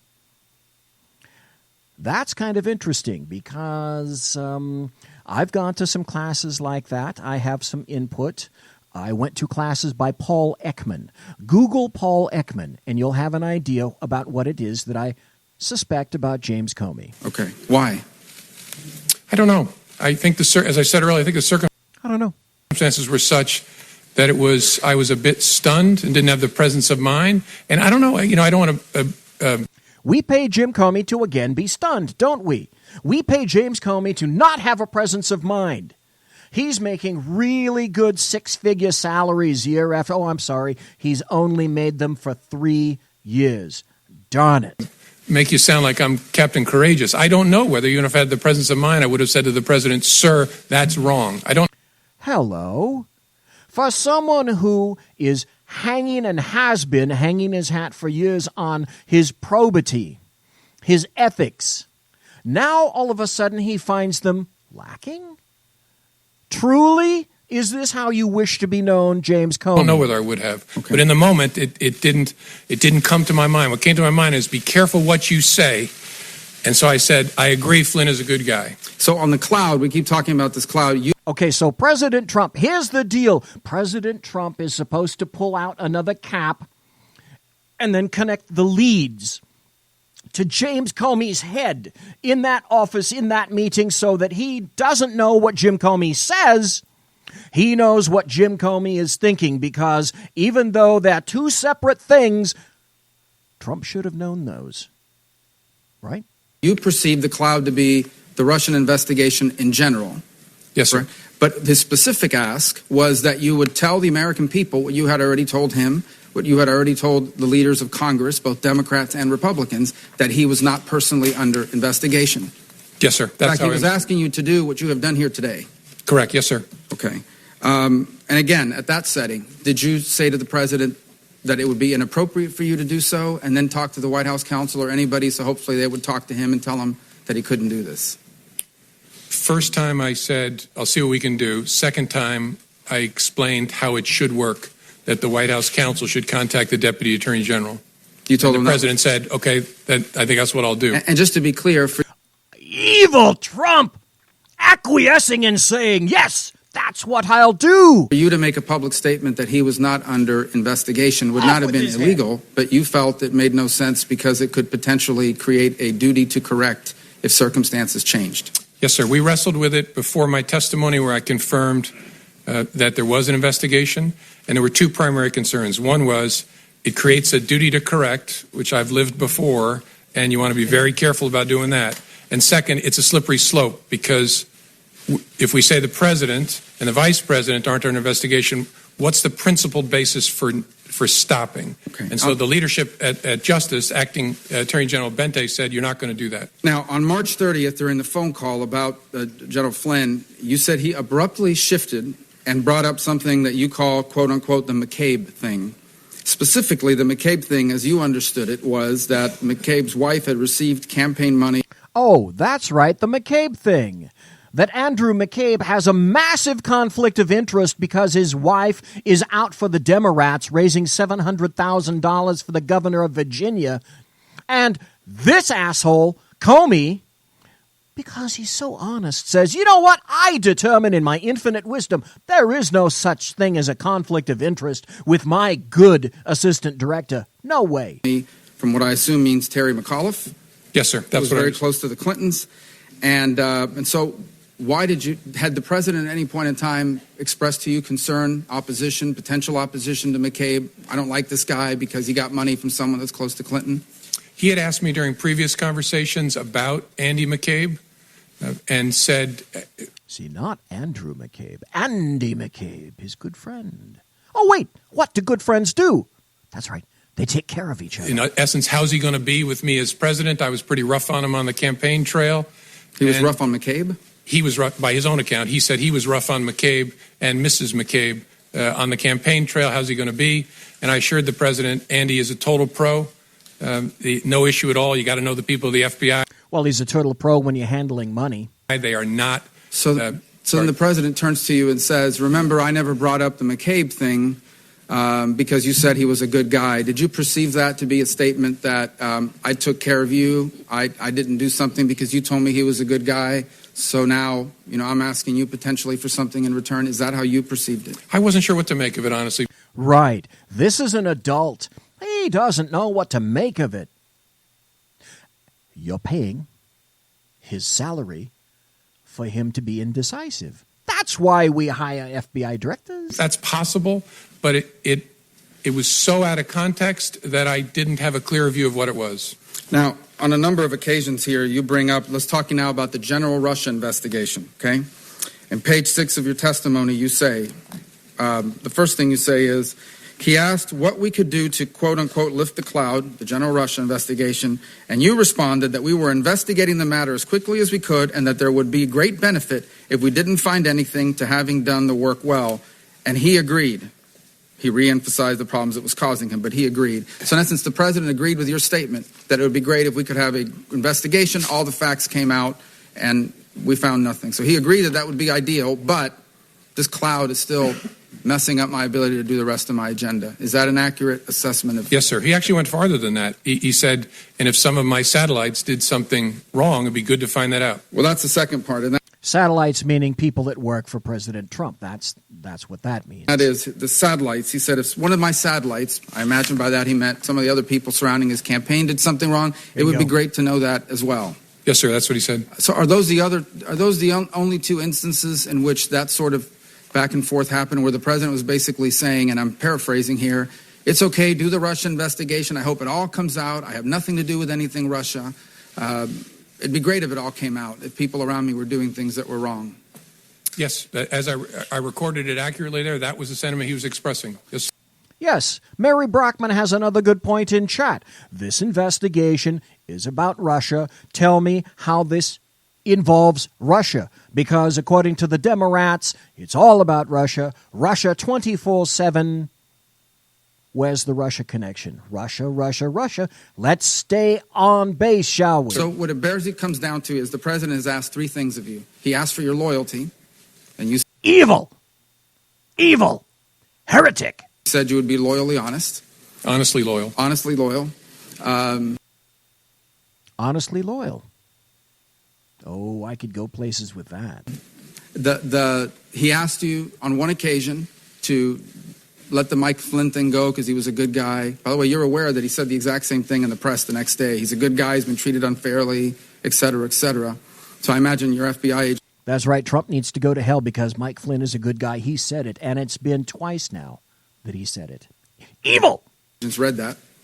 I'm sure they did. The president's wishes were known to them, certainly by the next day when he had a press conference with the prime minister. But going back, the three requests were, number one, be loyal. Number two, let the Mike Flynn thing go. He's a good guy. He's been treated unfairly. And number three, can you please tell the American people what these leaders in Congress already know, what you already know, what you've told me 3 times, that I'm not personally under investigation? Those are the 3 things he asked. Yes, sir. You know, this investigation is full of leaks left and right. I mean, here comes the point. We've learned more from the newspapers sometimes than we do from our open hearings, for sure. You ever wonder why, of all the things in this investigation, the only thing that's never been leaked is the fact that the president was not personally under investigation, despite... Thank you. Stop. Do you remember 2 months ago when James Comey walked into the hearing room, sat down, and said 2 things? I can't tell you that we're investigating leaks or leakers, but I can tell you, and I have the approval of the DOJ to tell you that Trump is under investigation. Do you remember that? Despite the fact that both Democrats and Republicans and the leadership of Congress knew that and have known that for weeks? I don't know. I find matters that are briefed to the Gang of 8 are pretty tightly held, in my experience. Finally, who are those senior leaders at the FBI that you shared these conversations with? As I said in response to Senator Feinstein's question, Deputy Director, my Chief of Staff, General Counsel, the Deputy Director's Chief Counsel, and then more often than not, the number 3 person at the FBI who's the Associate Deputy Director, and then quite often the head of the National Security Branch. Okay, so make no mistake. For weeks, leftists and Democrats waited breathlessly for the triumphant return of James Comey, the man they knew would skewer Donald Trump in public and finally provide damning evidence that he was linked inexorably to Russia and further directly into the office of Vladimir Putin. They would find Trump's monogrammed coffee cup in Putin's office, no less, along with Trump's gilt-edged chair adjacent, that of good old Vlad. Then there were countdown clocks. Then there was bated breath, herring, likely. On the side of Democrats, leftists, never-Trumpers, and rhinos such as John McCain, Lindsey Graham, and Paul Ryan, bars were packed. Drinks were sold, chairs were occupied, lines were formed. This would be spectacular kabuki theater, in which jaded strumpets would put on their painted political masks, fraught with feathers, finery, frippery, and foppishness, but it transitioned from kabuki theater into theater of the absurd. The leftists and Democrats were indeed waiting for Comey. Let the steamrollering commence, shouted the Democrats and the leftists from the highest mountaintops to the lowest dungeon in the most marked of dudgeon. Except that, well, there was a bit of doddering disappointment. One of my favorite hosts, Tucker Carlson, happened to say this. Well, good evening and welcome to Tucker Carlson tonight. Fired FBI Director James Comey finally got around to testifying before Congress this morning, the most anticipated moment so far in this endless Russia investigation. The hearing lasted 4 exhausting hours, but that was just the beginning. The analysis is next. The partisan lying, the moral preening, the purely unsupported speculative BS you see run on a continuous loop on the screen. That'll no doubt go on for weeks, if not years, as each faction tries to get the jump on writing its version of history. Our advice, approach it all with skepticism. There's an awful lot of propaganda out there. Here, in our opinion anyway, is what actually happened today and what we learned from it. First, all those leaks you've been reading about lately, at least one of them came from the director of the FBI himself. We know this. What a shock. Were you shocked? I was. Because Comey admitted it. After being fired, Comey concedes he sent a memo describing a meeting he'd had with the president to a friend of his, who then gave it to the New York Times. Comey explained he did this to try to force the appointment of a special prosecutor. It didn't dawn on me originally that there might be corroboration for our conversation. There might be a tape. And my judgment was I needed to get that out into the... Okay, question for everyone in chat. And if you're not in chat, well, just think it and maybe I'll get it, through the tinfoil hat that I'm wearing underneath this particular hat. Are there tapes in the Oval Office? And that's a poor word because there are no tapes anymore, just as there is no wiretapping. But does President Trump have a recording system in the Oval Office? What do you think? The public square. And so I asked a friend of mine to share the content of the memo with a reporter. Didn't do it myself for a variety of reasons, but I asked him to because I thought that might prompt the appointment of a special counsel. Ding, ding, ding, ding, ding. Winner. Well, second, we learned that many of the other leaks and big scoops from major news outlets are lies. In February, for example, the New York Times published a piece entitled "Trump Campaign Aides Had Repeated Contacts with Russian Intelligence." Ooh, fake news? And it cited those ubiquitous current and former American officials you see quoted in virtually every story these days. By the way, this is called the canine puzzlement look. This is what your dog does to you. You're going to have to see me on YouTube. This is a visual. The canine puzzlement look goes like this. You've seen your dog do it. Don't deny it. According to Comey, the article was garbage. That report by the New York Times was not true. Is that a fair statement? Yeah, in the main, it was not true. The people talking about it often don't really know what's going on, and those of us who actually know what's going on are not talking about it. And we don't call the press to say, hey, you got that thing wrong about this sensitive topic. We just have to leave it there. Unless we're leaking to the press ourselves. But that wasn't the only lie that made it into the news cycle recently. On Tuesday, CNN cited an unnamed source to claim that James Comey would deny ever telling President Trump he wasn't under investigation. Trump claimed that he told him that 3 times. CNN said that's not true. Well, less than a day later, the release of Comey's opening statement proved that to be laughably false. Oh, no! See, that's the problem. The other problem came, like Tucker Carlson just said, the very day before Comey was to testify on Wednesday, June 7th, when Comey released a copy of his opening statement, which, damn it, punctured the hope balloon of leftists and Democrats and American media maggots everywhere. Comey revealed there was no open investigation of Donald Trump. He also revealed, as Trump stated in a tweet, that Comey had told Trump 3 separate times that he was not under investigation. Damn it, Jim. Shoulders sagged all throughout the nation. Those 2 points have been rapidly and not so shockingly glossed over by our loving American media maggots. They ended up being a glaring loser following Comey's testimony. Well, the Democrats and leftists emphasize there's certainly more buttery goodness coming, right, from Comey's testimony, right? Collusion, obstruction, right? Impeachment. Of course, they all cried in unison. That has to be the way it is. More was, in fact, to come. Just like Tucker Carlson said, more than they hadn't anticipated. More that didn't place either Comey or former Attorney General Loretta Lynch in a favorable light. It turns out that James Comey was himself a leaker to a friend of his named Daniel Richman. I'm a few minutes over. Damn me. We'll tell you what, we're going to have a break, and we'll be right back. Don't go away. Conservative media done right. You're listening to the SHR Media Network.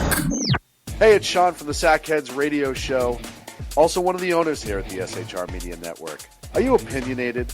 Have you ever wanted to do your own show? Have you ever heard somebody like the Sackheads and go, yeah, I could probably do that better? Well, now's your chance. Send me a 5-minute clip at sackheadsradio@gmail.com, and maybe you can be part of the SHR broadcasting team. sackheadsradio@gmail.com. Times are dark. The people are misled by corrupt politicians, lied to by establishment media, and deceived by the false messages of Islam. A nation looking for direction needs a guide. It needs a man with a cane. I'm Dave Milner. Join me on Spreaker, SHR Media, Pundit Press Radio, and YouTube through the SHR Media page for a different kind of commentary on the unpleasant blind guy. Because the truth is not always pleasant. Hey, this is Mim from Freedom Fest, the world's largest gathering of free minds. Join your friends from SHR Media at the beautiful Paris Resort in Las Vegas, Nevada, July 19th through the 22nd for 3 amazing days of liberty-oriented discussion, investment advice, and the Anthem Film Festival. It's our big 10th anniversary, featuring keynote speaker William Shatner and Freedom Fest favorites, including Steve Forbes, Jim Rogers, Lee Edwards, David Boaz, Doug Casey, Dinesh D'Souza, John Stossel, Lisa Kennedy, Grover Norquist, Peter Schiff, and many more. Don't miss out. Register at freedomfest.com for $100 off the regular registration rate when you use the all-caps code SHR Media. Featuring right thinking from a left brain and doing the job the American maggots won't. BZ is fundamentally changing America one diaper at a time. Just when safety pin manufacturers are running out of metal for the diapers of the leftists, where the speech is free, but the drinks are not. The Bloviating Zeppelin's Berserk Bobcat Saloon can be heard every Tuesday and Thursday night, commencing at 11 p.m. Eastern and 8 p.m. Pacific, where pushback is a requisite art form in and of itself. Let your ossicles be truly liberated when you listen to the Bloviating Zeppelin's Berserk Bobcat Saloon, only on SHR Media Network. No ferrets were harmed in the making of this ad. Conservative media done right. You're listening to the SHR Media Network.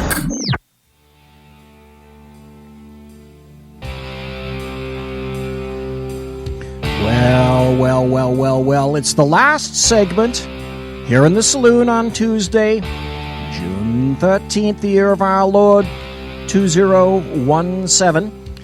We had one phone call from Mike. And thanks, Mike, for doing that. The number, if you're interested in calling, is 916-282-9806. You're certainly welcome to call. We were talking about the lovely Jim Comey, leaker extraordinaire, who leaked himself. Here's the big question. Here's a question that I have for everyone. He says the memos were leaked. Hang on. We got a call. Go ahead, caller. Mark, how are you doing? Go ahead, caller. You're on. Hey, BZ. It's Jersey Joe. What's going on, bud? Hey, first off, I have to apologize about last week. I felt really bad about having to bang out of your show like that. That's okay. Things happen. Look at last Thursday, for example. My wife Typhoid Mary. Well, look, the horrible things that occurred last Thursday. So horrible that I will not mention them now. Uh-oh. Oh, so it's boring on Newsweek again, I see. Right, absolutely nothing happening, thank God. At least we can go back to, doing the standard stuff like cleaning the fish tank, balancing our checkbooks, that kind of thing. Actually, don't say that, because I got 3 fish tanks I actually need to clean. I keep putting off. See? That's what you were doing. Yes, that's what I was doing, cleaning the fish tanks. I actually got in as a hobby doing that. I got a 90, a 55, a 20, and a 1-gallon tank. And my wife made me get rid of my other 55. I never had a 55. The biggest tank I had was, I think, 10 gallons. And that was a pain in the arse. And I got rid of it after about 6 months. And boy, did I kill a lot of fish. Well, that's what one of the guys taught me very early on. The small tanks are harder to keep. Because if one small part goes bad in that small tank, it multiplies throughout the whole tank real fast. Now, if you have one small problem in a big tank, it compensates easily. Yep.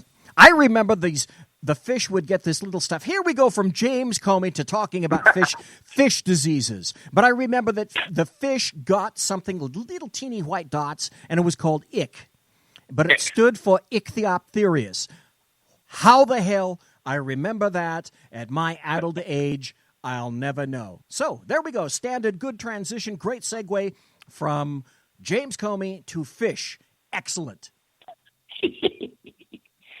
It has been, and I've been on Twitter all night, and it's been funny. The trolls are out in droves. Of course. Oh, my God. Because as you well know, Jeff Sessions was so oppressive, was he not? He was oppressive. He pushed. He talked back to Kamala Harris. Kamala Harris was her normal, receding self. She wasn't pushy at all. As a matter of fact, she was stunned at how oppressive that evil Jeff Sessions really was and is. Well, I've seen two comments about that. One is that Jeff Sessions is a sexist because he was attacking her needlessly. Right. And the other one is how she put him in his place. She did. And he needed it. He needed every damn bit of it. It's the only thing I didn't like, the one comment that he made, and I knew the left was going to run away with it, when he said not so fast, it makes me a little bit nervous. I was like, oh, they're going to jump on that comment and run with it. Right. It's a minor thing, but, less weapon or less ammunition we give them, the better. Well, yeah, you can't have everything, and trust me, it's like going to that is like going to a job interview. After the job interview, do you not, in retrospect, you slink back into your car, you sit down, you turn it on, you listen to the radio, and you say, oh, crap, why didn't I say this? Why didn't I say A and B and C and D? And all that stuff comes back to you, no matter how practiced you were. That's called being a human. 2020. Yep, exactly. Well, I got a question for you. Yes, sir. I've seen an article quite often lately. There is FBI agents, both current and ex, that are saying that Comey is a dirty cop. Now, in terms of interpreting that statement, my guess would be that you mean dirty in terms of money, corruption, land, property, exactly. etc., that kind of thing? I think very easily corruptible, that he goes where he's led, where he's told to go, he goes.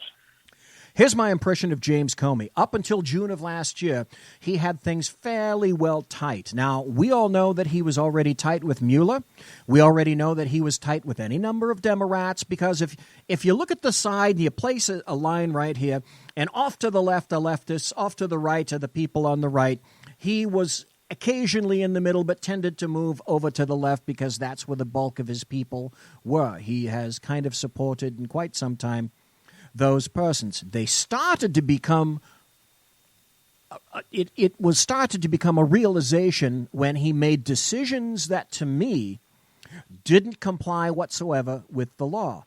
White Mamba and I, for example, he's in chat. Welcome, White Mamba. He and I discussed the various decisions that James Comey made, and once I heard James Comey last year say that he could not, in good conscience, recommend anything for Hillary Clinton because she did not intend to do it. To me, that was a bullshit alert, a massive bullshit alert, because I happen to know. How many times have we heard, well, I didn't mean to kill him? Well, you're still going away for murder. I know it's a little bit exaggerated, but all the time, I didn't mean to do it. Well, that doesn't matter. You broke the law. Yeah, no kidding. By the way, Mary exited. Goodbye, Mary. Thank you. Nobody will sit in your chair. Bye, Mary. In any event, once he made that decision that he was going to usurp the Attorney General's job and he didn't stay in his own lane, I knew he was corrupt. He was corrupt intellectually. He was corrupt and favored the left. Tell me anyone where you have seen any favoritism on the part of James Comey for people on the right. I have not witnessed it myself. I'm sure that in his own brain housing group, his own wheelhouse, perhaps he's a number one in terms of being immutable. He's the rock. He is the epitome of he can cut the baby right in half. Except that the half that he cuts happens to be over on the left. Then he comes up with the decision regarding his assistant director. All that just confirmed it. He's gone. He cannot make good decisions. Once he made that, at that point, in my opinion, that's when he should have been let go. But, of course, we know he would not be let go because when those decisions came down, they were under the Obama presidency, not under Donald Trump. And then Trump couldn't release him on January 20th when he took office, because if he would have done that, we would have still heard, well, he fired him because of Russia. He could have. Trump's been in a damned if he do and damned if he don't situation. To a degree, but he could have if he set it up and made an argument that was grounded at least a month or so prior and set up his argument similar to what I did in terms of his decision-making capabilities suck. They're terrible. In my mind, President Trump was going to give James Comey the benefit of the doubt and he was going to keep him and speak to him and see where James Comey lay, get the lay of the ground of Director Comey, because Director Comey had already placed himself in the political way of a massive Democrat freight train. James Comey, just like Hillary Clinton, put both of themselves in that path themselves. Nobody else did that. Yep. I agree 100% on that. It's mind-boggling how desperate they're getting at this point. This whole, I've been bored with it since it first started. And like I said on Twitter, I've been going over it. It's to the point. This is beyond ridiculous, and something's got to break. Something's got to give, because they can't keep doing these investigations. It's slowing everything up. The only thing I'm hoping for, and that I see, and maybe I'm wrong, wouldn't be the first time, the Democrats and what they're doing, they could be a party of dog catchers pretty soon.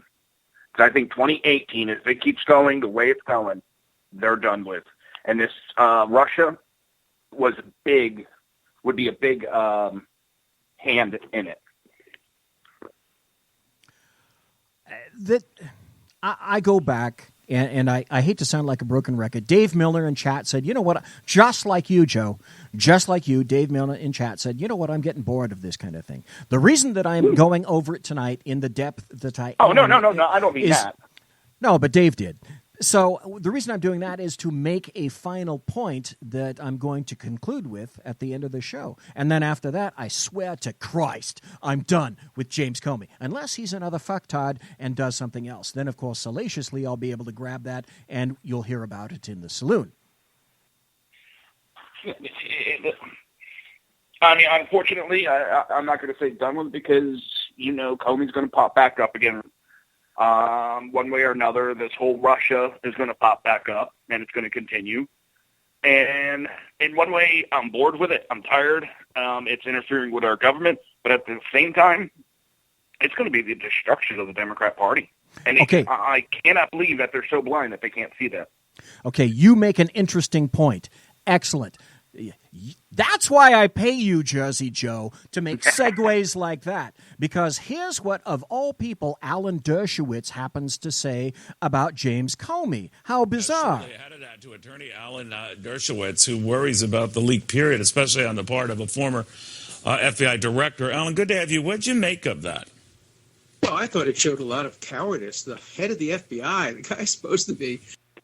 Alan Dershowitz just called James Comey a coward. A strong and powerful guy, and he's afraid of a couple of seagulls.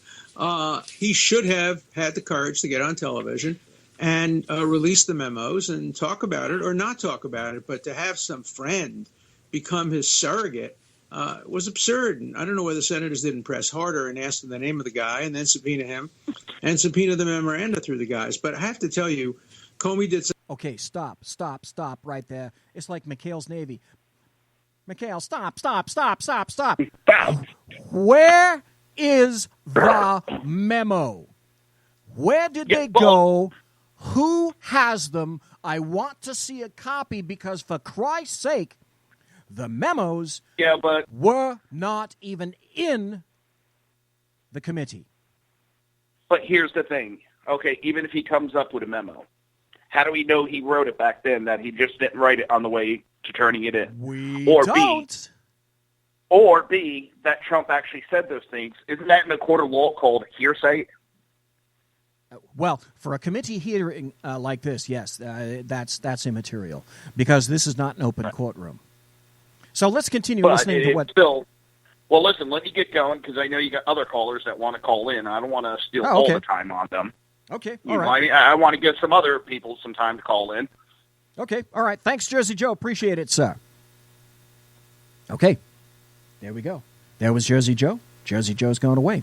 So anyway, let's continue listening to Alan Dershowitz. He makes, again, some interesting points. And please consider, this is from a leftist attorney. Something very good, I thought, and very right today.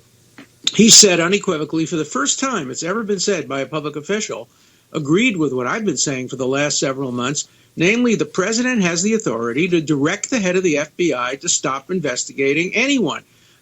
This is an attorney. According to Comey, Comey says it is clear under the Constitution the president can decide who should be prosecuted, who shouldn't be prosecuted, who should be investigated, who shouldn't be investigated. I've been saying this for months, and everybody has been criticizing me for saying it, and now you have the director of the FBI saying the same thing. So I think this puts an end to any claim that President Trump obstructed justice. You can't obstruct justice by simply exercising your power under the Constitution. You can't be obstructing justice by firing Comey. He had the right to fire Comey.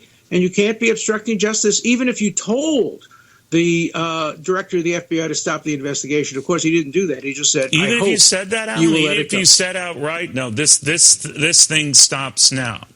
Yes. I mean, that's what Comey said. Comey's 100% right. We have a unitary executive. Under our unitary executive, the president's in charge of the Justice Department. He can say, he can't say we'll prosecute only white people and not black people, or only women but not men. He can't say that. That would be unconstitutional. But he can say, I want to prosecute cocaine users. I want to prosecute so-and-so who was a cocaine user. I don't want to prosecute this guy because he's a good guy. And what he basically said to Comey is, look, Ryan, Flynn has suffered enough. He's a good guy. You agree he's a good guy. I hope you will lay off him. Okay, now that's an interesting point, but I think that Alan Dershowitz is, again, because he's an attorney, it's seeping through. He's saying one thing and he's predicating it upon the law. What you have now, what you see now by way of the Democrats is law by consensus. It's like global warming. All scientists say. So if all scientists say, it must be fact. All Democrats say it, it must be fact. That is to say, there was obstruction. That's the chant. They've all agreed upon it. Alan Dershowitz makes a lawful and legal argument, but in reality, those are two entirely separate things, depending upon the continued push by leftists, Democrats, and the American media maggots. That is within the power of the president to do, and he could have gone much further. Look, he could have ended the investigation of Flynn in another way. He could have just said to Comey, I've just pardoned Flynn. You therefore have no jurisdiction to continue to conduct a criminal investigation. He has been pardoned. So the president has that power. And I think we should just stop talking about obstruction of justice. What about appearances? No people made a big there. deal of the oddity of the FBI director and the president alone in a dining room talking about things like this. What's the rule on that? Well, he did wrong. The president shouldn't have done it, but it's not a crime. Thank you. It's not a crime. It may be stupid. Well, come on, dude. Dead orange cat on his head. Hello. He violated Justice Department rules and policies, and he didn't want it to be known that he was doing that. But, we have to, in a democracy, understand the difference between what is a crime and what is a political sin. He committed a political sin. He should have consequences. Well, The let me public should know about it. follow that, though. And he is. Donald Trump is suffering the political consequences. What I was thinking about, it's a hypothetical, I know, but he was fired, that is Comey, and he's gone. We know the views that he harbored of the president in this leaked memo about putting pen to paper because it concerned that the president was a liar, quoting him. And let's say he had never been fired, but he had these views. He was taking copious notes. Even if he had stayed on as director, would continue taking copious notes in his conversations with the president. How would that have gone if an investigation was ensuing into Russian ties or alleged or otherwise, and yet he had these views of the president? I don't know. What do you think? Look, he should have resigned. That would have been the best thing for him to do, to go to the president and say, look, we have some incompatibility here. I don't. Wait, no, that wouldn't happen because, like most other Democrats, and see, this is the other thing, James Comey has purposely come out and placed himself on Front Street because, just like, for example, John McCain, it's all about James Comey. It's all about me. Trust you. I have to take notes when you talk to me. That doesn't seem to be an appropriate relationship between the president and his head of the FBI. Okay, stop. This was year 3, all right? The FBI director has 10 years. This is year 3. So tentatively, James Comey could have had another 7 years of this should Trump get his second term. Did Comey even think of that? No, because it's all about Jim Comey. He should have resigned. He didn't resign. He was fired. I think it's a good thing that he's no longer head of the FBI. Thank you. Both the Democrats and the Republicans seem to agree. The Democrats, alternately, because first Jim Comey was the devil when he disagreed with them. When he agreed with them, James Comey was great people. Are appalled by what he did during the Clinton investigation, and the Republicans are appalled about what he's doing now. So it was right to fire him. It's not an obstruction of justice, but obviously he has to pay a political price for it. Take care, Mike. See you in chat later. All right. Thank you, Alan, very, very much. Roy Blunt, the guy who asked those questions. So there we go. That was Alan Dershowitz actually making sense, making actual sense. James Comey leaked his own memos to a third party who then leaked them to the American media maggots. He also carried corrupt water for Lynch and Obama, as he specifically stated in the hearing. He said the American media maggots got it dead wrong and then acquiesced to Lynch's insistence that he called Clinton's investigation a matter, what he termed a euphemism. Let me emphasize this final point. You had mentioned before about some news stories and news accounts. Without having to go into all the names and the specific times and to be able to dip into all that, have there been news accounts? Now let's move forward. He's purportedly based on classified information about lots of stuff, but especially about Russia, that are just dead wrong. I was interested in your comment that you made as well, that the president said to you, if there were some satellite associates of his that did something wrong, it would be good to find that out. That the president seemed to talk to you specifically on March the 30th and say, I'm frustrated that the word is not getting out that I'm not under investigation. Let's go forward. And then you made a comment earlier about the Attorney General, previous Attorney General. Here we go. Listen up. Asking you about the investigation on the Clinton emails, saying that you've been asked not to call it an investigation anymore, but to call it a matter. And you had said that confused you. Can you give... Confusing? I could make an excellent argument that that is obstruction. That's immured. That's in testimony. That's something that James Comey actually said. By doing that, by leaking the memos, for example, I could say that Jim Comey is guilty under 18 U.S.C. 793F, 44 U.S.C. 3101, more numbers, 18 U.S.C. 1924, 18 U.S.C. 2071, 18 U.S.C. 1001.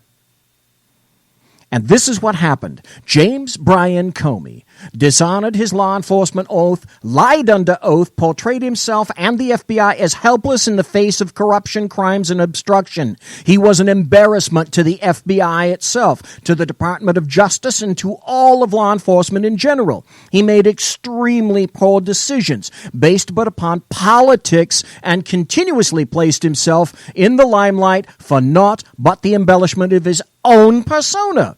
He crafted his decisions in a terribly flawed manner and seemed to consider most everything but the actual laws he himself was tasked to obey. His own agency failed to follow the law in terms of reporting. His own agency destroyed evidence. President Trump made a number of serious mistakes with regard to James Comey. I will fervently believe that until the day I die. I wrote back in 2016 that because of the clearly political decisions Comey made, Donald Trump needed to immediately fire James Comey. Comey's waffling, his indecision, and poor decisions stemmed from politics and personal aggrandizement. James Comey should have been removed from the FBI directorship on January 20th. I think that Trump thought that he might be able to work with Jim Comey once he established some kind of a working relationship. He provided Comey with a chance. That decision came back to bite Donald Trump in the arse. James Comey, sadly, was a terrible thorn in the Trump administration, which could have been avoided had a different path been taken. Trump's failure to remove Comey immediately provided political fodder for Democrats and leftists nationally and helped to continue their anti-Trump narrative. It was a serious mistake to have kept James Comey in office. Decisions, of course, as we all know, they have consequences. Monsieur! Has it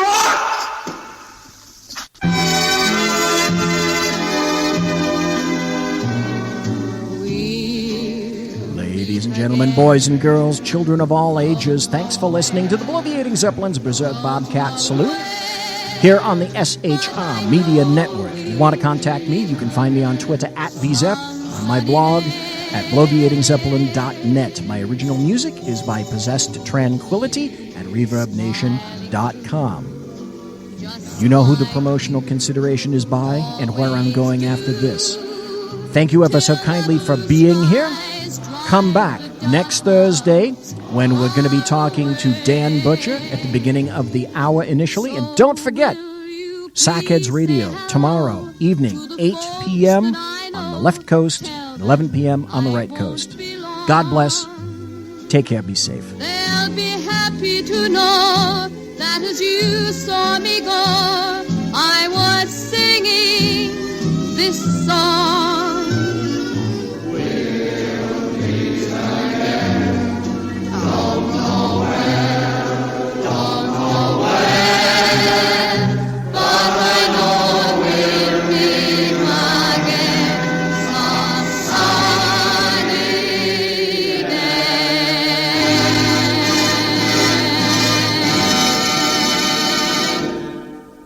Everybody quiet down now and get some sleep. Night, everybody. Good night, Mama. Good night, Ben. Good night, everyone. Good night, Mama. Good night, Daddy. Good night, children. Good night, Daddy. Good night, Elizabeth. Good night, John Boy. Good night, Jim Bob. Good night, Jim Bob. Good night, Jim Bob. What's going on? I was asleep. What's everybody doing? Good night. Good night, Jim Bob.